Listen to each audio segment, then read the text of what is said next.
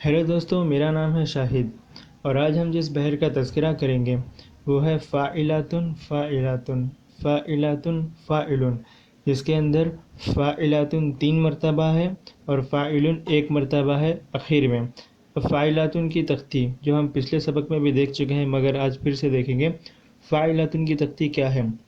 فا حرکت میں الف ساکن، عین اور لام حرکت میں الف ساکن، تا حرکت میں نون ساکن۔ یہ جتنے بھی الفاظ حرف جو بھی آپ کو لال کلر میں دکھ رہے ہیں وہ سب حرکت میں، تاکہ اس کی نشاندہی بآسانی ہو جائے۔ یعنی اس شعر میں ہمیں اسی پیٹرن کو فالو کرنا ہے۔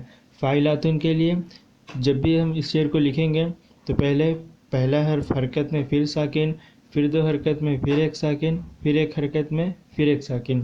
یہ ایک فاعلاتن ہو گیا اور اسی پیٹرن کو ہم 3 مرتبہ دہرائیں گے تاکہ 3 فاعلاتن ہو جائے۔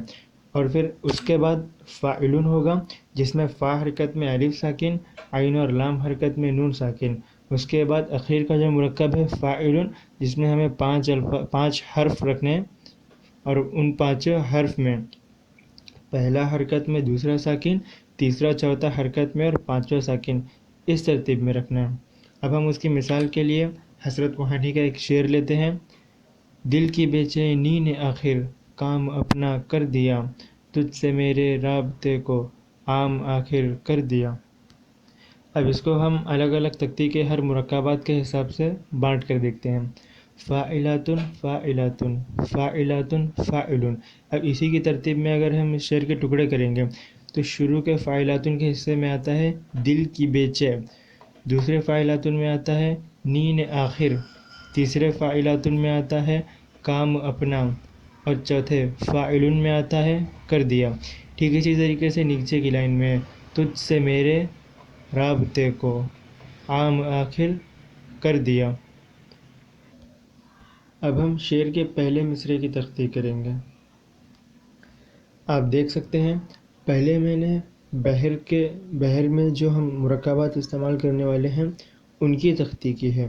سب سے اوپر دیکھیے فاعلاتن کی تختی ہے، پھر فاعلن کی تختی ہے، پھر نیچے دیکھیے مصرعے کے ہر مرکب کو میں نے ایک لائن میں لکھا ہوں۔ اس مصرعے میں 4 مرکبات ہیں، یہاں 4 لائن میں ہیں۔ شروع کی 3 لائن فاعلاتن کے لیے اور آخری کی لائن فاعلن کے لیے۔ اب ہم مصرعے کی تختی کریں گے۔ دیکھیے اس کے 4 مرکبات، دل کی بے چینی نے آخر کام اپنا کر دیا۔ اب دل کی بے چینی فاعلاتن کے وزن پر ہے تو دل کی بے چینی کی تختی دیکھیے،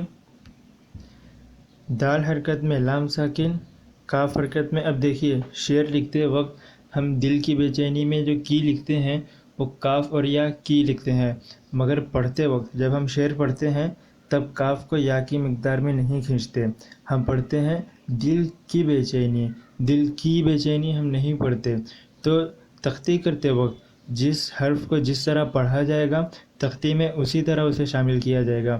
اگر یا کھینچی جائے گی تو تختی میں یا آئے گی، اور اگر یا کو بنا کھینچے پڑھیں گے تو تختی میں یا نہیں آئے گی۔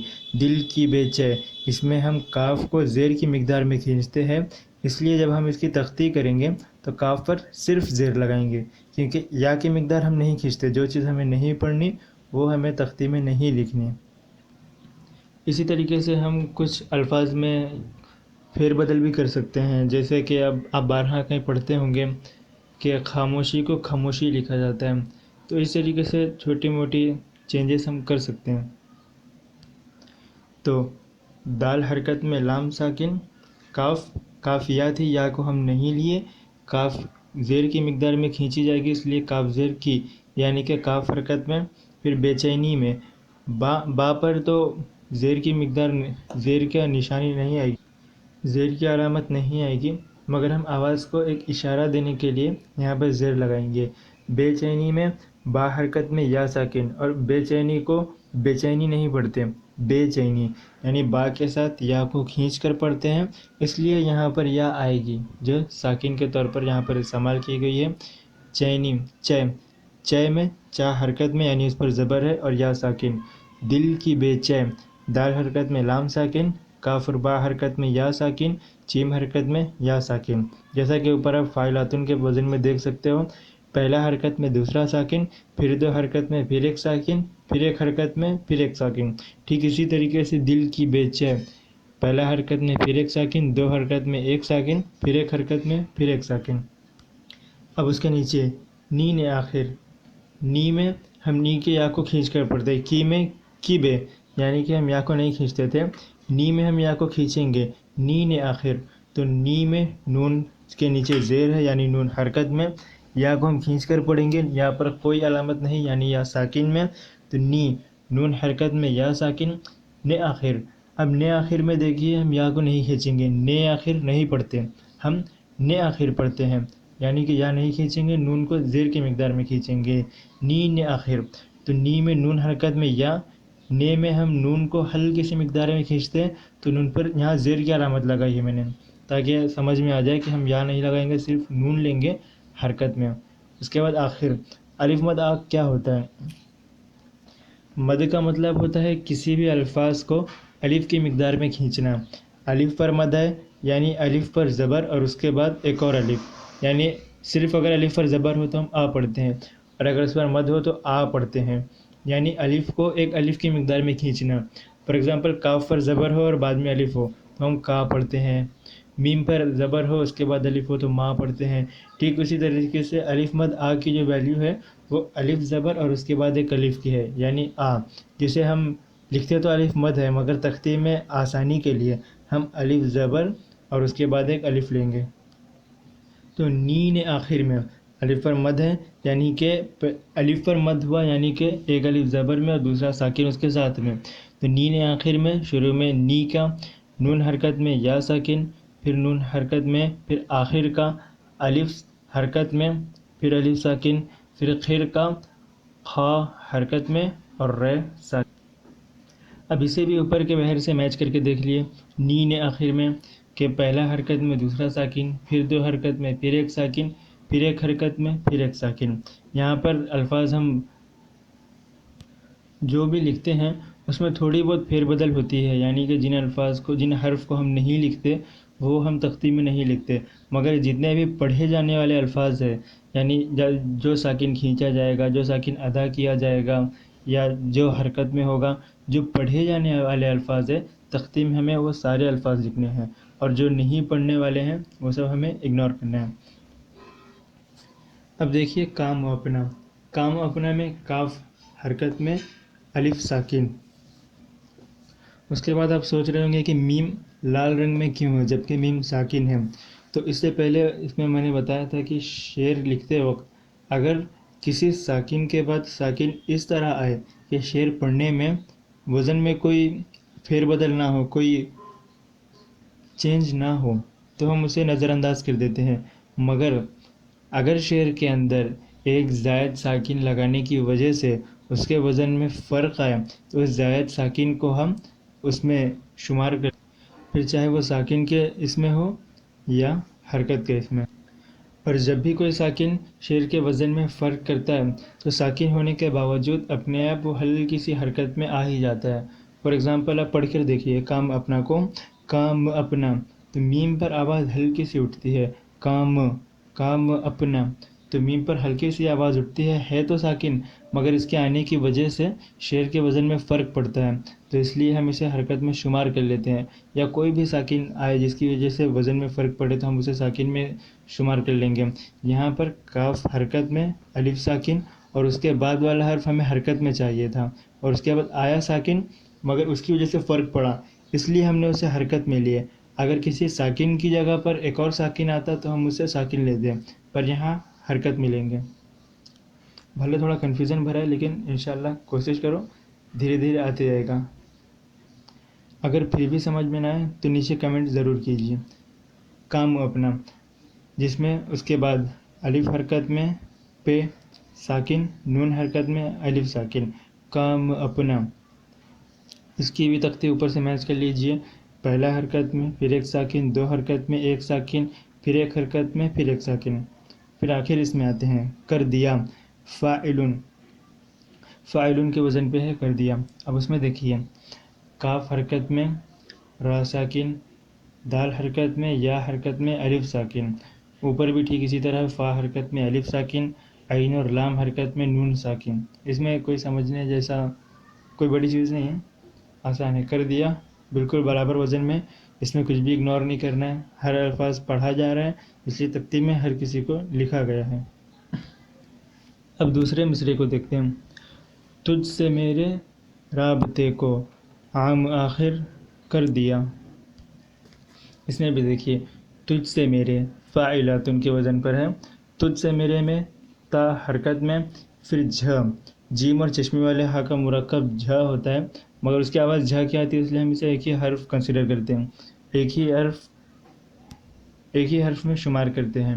تو تجھ سے تا حرکت میں جھ ساکن پلس اس کے بعد سے میرے.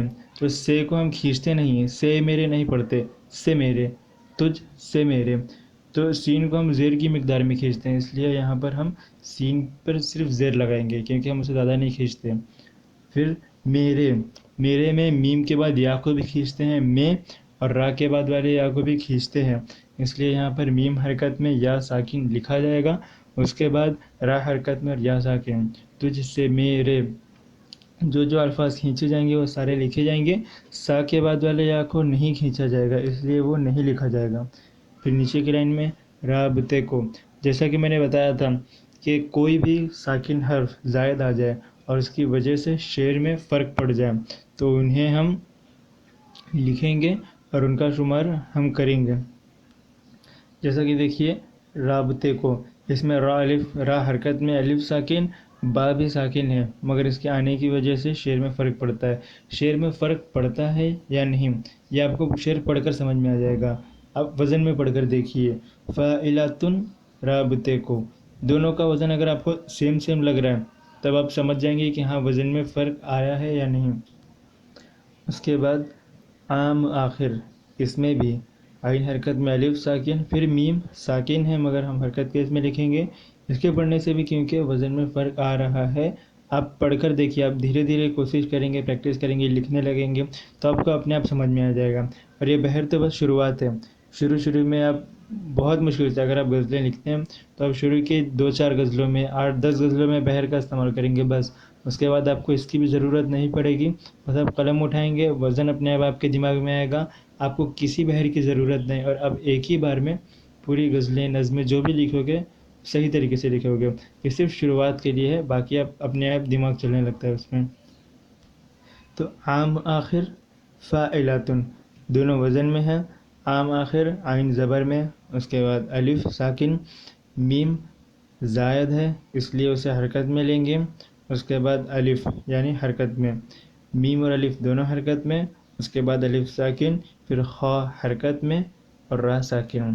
اوپر کے بحر سے میچ کر لیجئے، یہ بھی صحیح ہے. اس کے بعد کر دیا جو پچھلے مصرعے میں تھا وہ اس مصرعے میں بھی سیم ہے، فاعلن کے وزن پر، کاف حرکت میں را ساکن، دال یا حرکت میں الف ساکن. تو یہ تھی حضرت معانی کے شعر کی تختی. شروع میں ہم کچھ ویڈیوز میں دوسرے شاعر کے شعر کو لیں گے اور ان کی تختی کریں گے. اس کے بعد میں آپ نیچے کمنٹ سیکشن میں یا مجھے ای میل پہ اپنے اشعار لکھیں، ہم ان کی تختی کر کے دکھائیں گے کہ کس طرح ہم ان کی تختی کر سکتے ہیں. اور جب بحر کا سلسلہ ختم ہوگا تو انشاءاللہ ہم غزلیں لکھنا بھی شروع کریں گے، کوئی یا نظم لکھیں گے، کوئی بھی ایک ٹاپک لیں گے، کوئی ایک بحر اٹھائیں گے اور اس کے وزن پر لکھیں گے. انشاءاللہ وہ بھی شروع ہوگا ابھی بحر کا سلسلہ ختم ہونے کے بعد. تو اگر آپ کو ویڈیو پسند آئے تو لائک کریں، کمنٹ کریں، شیئر کریں، اور ہاں اس چینل کو ضرور سبسکرائب کریں. اور ہاں اس کے تعلق سے اگر آپ کو کسی بھی قسم کی جانکاری چاہیے تو آپ پلیز مجھے میل کیجئے، یا میرے پڑھانے کا طریقے میں کوئی چینج چاہیے، میں بہت زیادہ فاسٹ جا رہا ہوں، سلو جا رہا ہوں، یا پروناؤنس نہیں کر پا رہا برابر، تو پلیز نیچے کمنٹ کیجئے تاکہ اگلے ویڈیو میں اس غلطی کو نہ دہراؤں. چلیے اب چلتا ہوں، اب ملیں گے نیکسٹ ویڈیو میں ایک نئی بحر کے ساتھ.